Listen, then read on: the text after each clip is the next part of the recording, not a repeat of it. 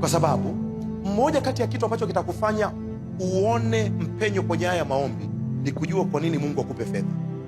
Na Yakobo anaandika, anasema mnaomba lakini hampati, kwa sababu hamuombi kwa namna iliyo sahihi. Isha kufundisha Mungu alikuwa anataka sana kumpa Hana mtoto, ila Hana alikuwa hajui kwa nini awe na mtoto. Na ndio maana Hana alikuwa na maombi mengi sana, lakini ukiyafuatilia maombi ya Hana aliyokuwa anayaomba juu ya mtoto, alikuwa anataka mtoto kwa sababu ya Penina.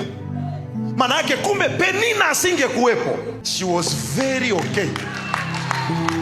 Baba anasema no, bado hujajua kwa nini upate.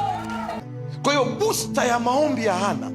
Kwa hiyo kumbe kama Mungu anakupenda kiasi cha kutosha na anajua ni mvivu wa maombi, Penina wa kukubusti hapa katika namna ya maombi. Na inawezekana Penina sio mke mwenzio, lakini ni bosi Penina. Wewe ni mpaka huyo bosi akukunjie hivi ndio unakuja, sisi wana wako tumekuja kwako, angalia hapa. Na baba anakutaka wewe unakuja. Na ndio maana sasa jizoeshe kujihudhurisha mbele za Bwana bila utaratibu. Jizoeshe kujihudhurisha mbele za Bwana bila Penina.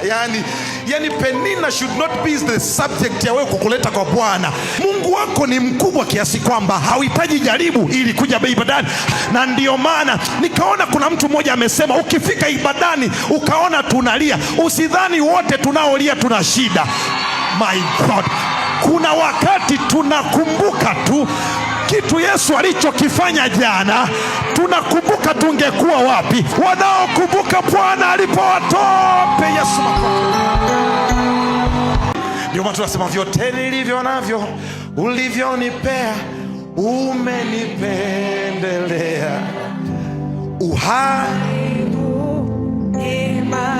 Come on. Sijivuni kwa chochote, sijivuni kwa chochote nilichokifanya, ila